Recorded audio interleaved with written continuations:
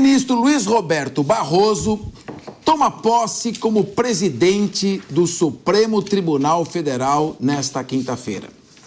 Ele substitui Rosa Weber, que se despediu do STF ontem.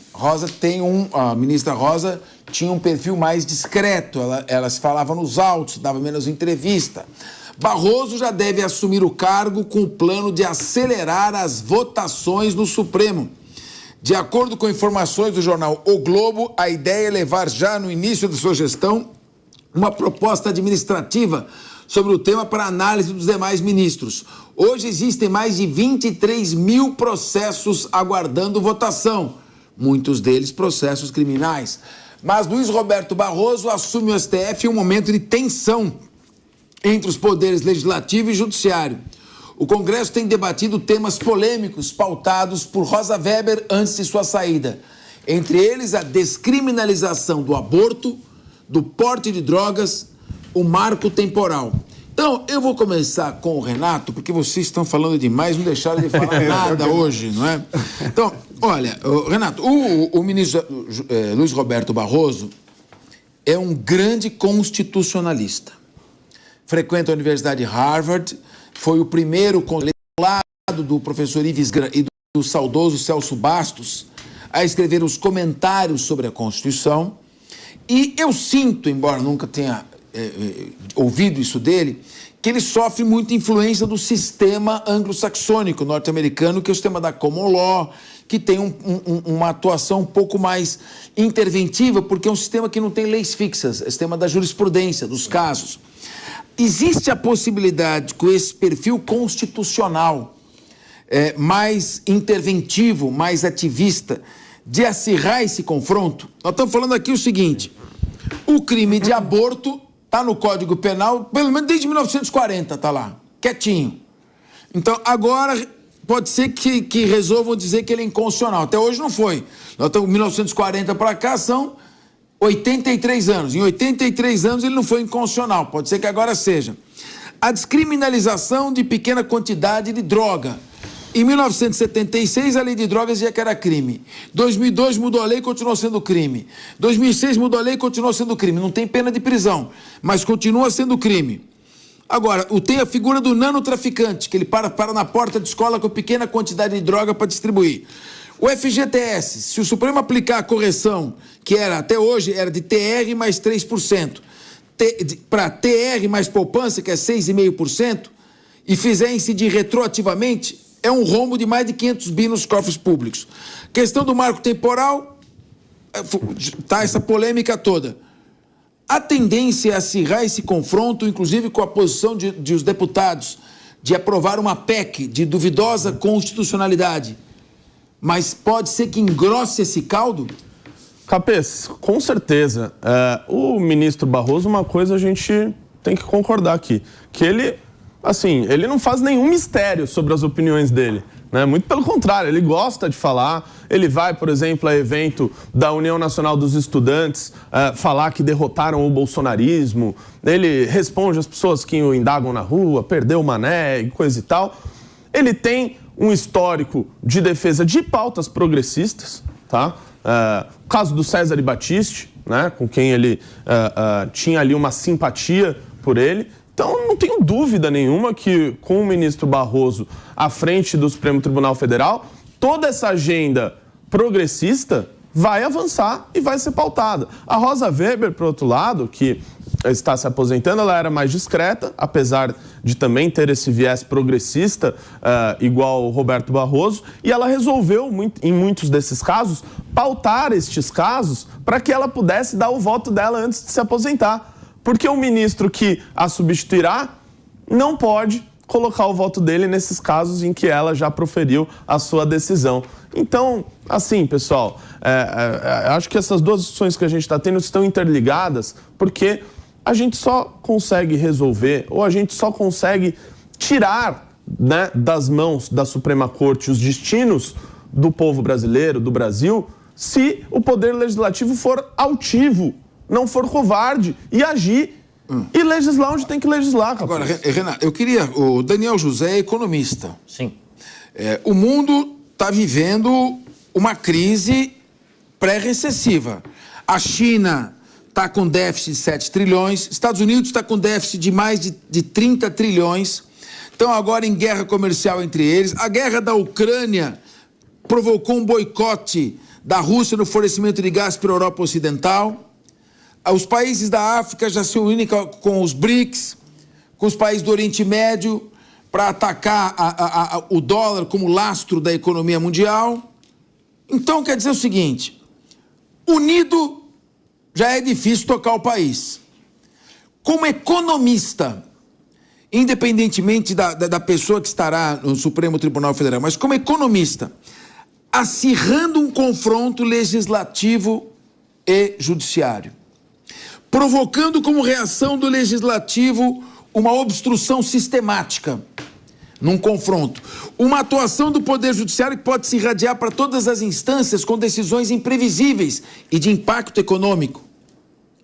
E um governo federal que tem que ceder cada vez mais às exigências do Poder Legislativo, com emenda parlamentar, dando ministérios.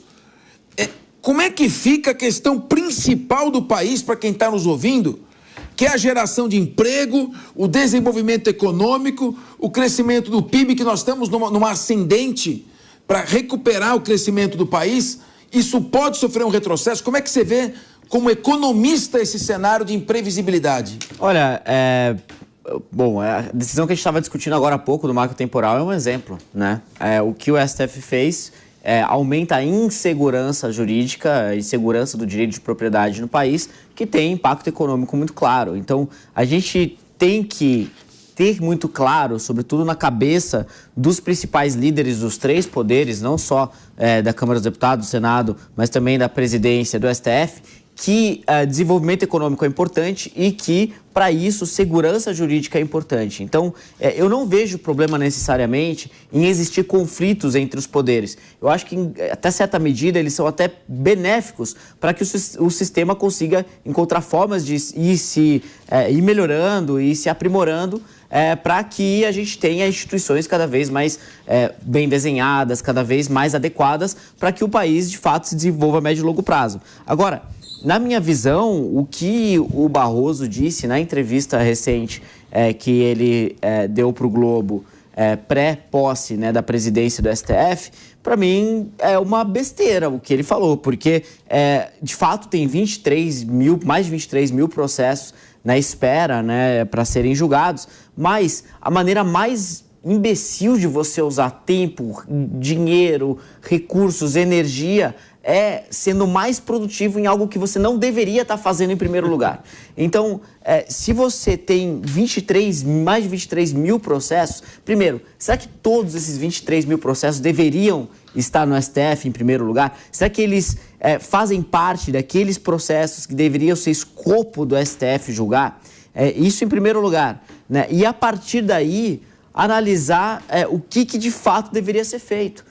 Né? Porque você simplesmente querer acelerar a fila e fazer as coisas andarem mais rápido e gastar tempo, energia e recursos para algo que, em primeiro lugar, você não deveria estar fazendo, é uma tremenda de uma besteira. Então, eu acredito que nessa primeira entrevista o Barroso não passou muito o que ele deveria de fato fazer e de fato refletir sobre quais são as funções reais do STF. E Daniel, não espero nenhuma mudança significativa no futuro diante daquilo que já tem sido feito nos últimos anos, né? E eu concordo com o Renato quando ele diz que diversas questões de pautas progressistas vão ganhar espaço e vão ganhar relevância, porque, diferente também um pouquinho do que você disse, né, o STF não vai mexer só naquilo que o Congresso não avançou, mas em cima, inclusive, do que o Congresso já avançou e em cima de coisas que já estão muito sedimentadas na sociedade brasileira. Claro, o imposto sindical, por exemplo, tinha acabado. Agora, na linha do que você falou, ainda traduzindo, se as pessoas acham que o STF já está metendo o bedelho em áreas demais, pois saiba que agora vai acelerar. Vai julgar mais coisas.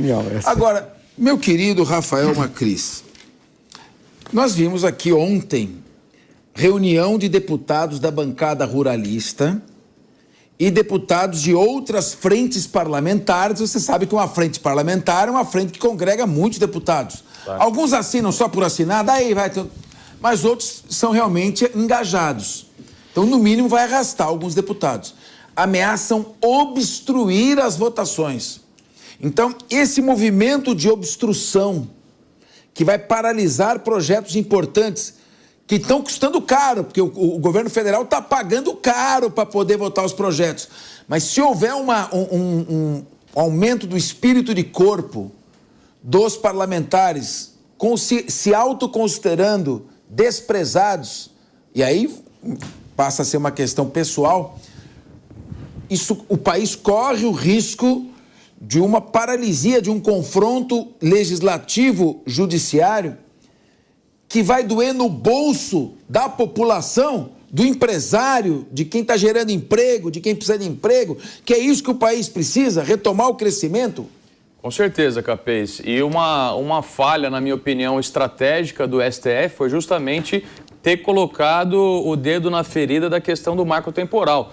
Eles mexeram com a maior frente parlamentar do Congresso Nacional, a mais organizada, a que tem mais poder lá dentro, que tem grandes grupos de apoio.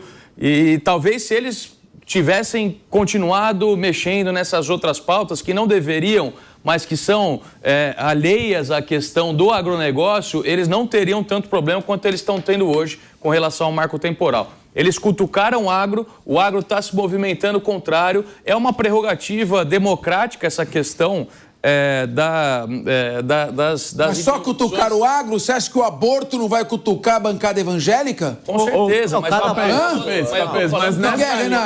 nessa linha aí do tamanho de frente parlamentar. Sim, também, você tem razão. Você pega ali muitos... O agro é muito forte. O agro é muito forte, você tem razão, mas também a bancada evangélica deve somar isso aí. É forte também, acho que deve somar na luta contra o aborto, só que tem um problema. Pega os partidos, né, que se dizem oposição, os partidos que se dizem oposição no Brasil, muitos deles são partidos ligados a igrejas. O que eles estão fazendo? Eles estão pedindo ministério no governo federal. Opa, então como assim? Como que eles vão se colocar em contraposição, né, esse tipo de coisa, se eles estão lá negociando com o executivo para ter ministério? Eu concordo com o Renato, porque se tem um problema que eu vejo é que o legislativo está menos reativo a esses avanços do judiciário do que deveria.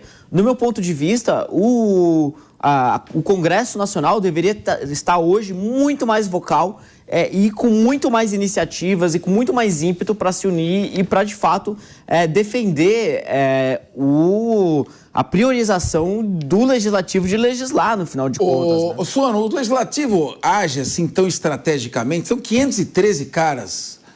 Será que eles vão conseguir sentar, conversar? Ou vão precisar ser muito humilhados para poder reagir? Infelizmente, o legislativo, você falou e todos apresentaram, o quadro do legislativo é um palco para que todos fiquem se digladiando ali, ao invés de chegar a questões propositivas para a sociedade brasileira. Isso vem quase como uma consequência interessante do que o Rafael falou. Olha que coisa curiosa. A bancada da Bíblia, é esse o termo? Creio, né? Ela pode vir na questão do aborto. Mas o agro tem uma força, porque o agro representa a parte expressiva do PIB brasileiro, é ele que faz o PIB brasileiro crescer. É ele que está alimentando pessoas e é ele que está gerando empregos de uma maneira gigantesca. E o agro é mexer com quem não deve. Por quê? Porque mexeu com indivíduos que têm capacidade de articulação, porque tem uma pauta comum cujos valores são indiscutíveis, por isso é muito fácil. Olha que coisa curiosa, não é só a STF que mexeu com o agro, não sei se vocês lembram, por favor, pelo amor de Deus, não quero falar mal de banco nenhum, mas teve um banco que contratou uma equipe de marketing, uma equipe de publicidade, que resolveu fazer gracinha. Vamos ter uma alimentação saudável, a partir de agora não vamos comer carne. 2 dias sem comer carne na semana, o que o agro fez? O negócio é o seguinte, senta aqui. Quem faz você ser rico como banco sou eu, nós, agro. Se você encher o nosso saco, a gente tira todo o dinheiro e vamos botar um outro banco e esse banco vai comprar você depois. Sabe o que foi que esse banco fez? Demitiu a equipe de banco, demitiu a equipe de publicidade, demitiu todos esses otários que foram lá encher o saco do agro. Não se deve mexer. Aí que talvez tenha sido o problema do STF. Ele mexeu com quem não deve. Mas o problema... No momento em que professor Suano adota uma linguagem mais coloquial e menos erudita... quase chegando a palavras de baixo calão. Não chegou. Mas um Não ponto chegou, não importante chegou. é... Ameaçou Mas um ponto apenas. importante É é quando que... mexe com o agro e eu defendo o agro sem receber nada do agro. É que eu defendo o agro porque eu vejo o que o agro brasileiro já fez. Não, claro. Ponto final. Claro, Acabou. beleza. Assim, todo mundo aqui concorda que o agro é importante. Agora, tem uma falha nesse seu argumento, Suano, que é o seguinte. O problema é que os deputados, a maior preocupação deles, e eu observei isso muito lá na Assembleia durante o período que eu fui deputado estadual, é que a grande maioria deles prioriza como a coisa mais importante do trabalho deles a reeleição. Então, eles estão ali para continuar se reelegendo. E para continuar se reelegendo, eles precisam mostrar para as regiões deles, na maior parte, que eles conseguem trazer recursos para as regiões deles. E por isso, eles negociam a votação deles nos projetos em troco de cargos no governo ou emendas parlamentares que eles vão mandar para as regiões deles. Então, o problema é que, diferente do caso dos bancos, que tem muito a perder, no caso dos deputados versus judiciário, o legislativo, né, os deputados não têm muito poder de barganha nessa conversa. Eu não concordo muito, Daniel, desculpa. Porque, no final de contas, se você consegue dar aquilo para os deputados que eles querem... O teu final de contas, mas ele não concorda com o teu final de contas. Fala. Só para terminar o raciocínio. Os deputados não... O que eu quero dizer é o seguinte, os deputados não têm incentivos para comprar uma briga enorme com o STF, primeiro porque vários deles devem muito e têm muito medo do STF, e segundo porque, por mais que eles ganhem essa briga, isso não vai melhorar em nada a situação deles de reeleição. Vai, com certeza, Daniel. Hoje a gente tem um negócio chamado celular. A pauta principal da bancada do agro, o que é? É defender o agronegócio, é defender o produtor, é defender o alimento barato no Brasil. Deputado que é temático não tem como fugir disso. Não, temático. Para um grupo pequeno de deputados. Mas tem muitos temáticos. Mas se você pegar os 513 deputados federais, eu vou pedir licença uma minoria a vocês. pequena são temáticos. Suano, eu vou ter que pedir licença a você.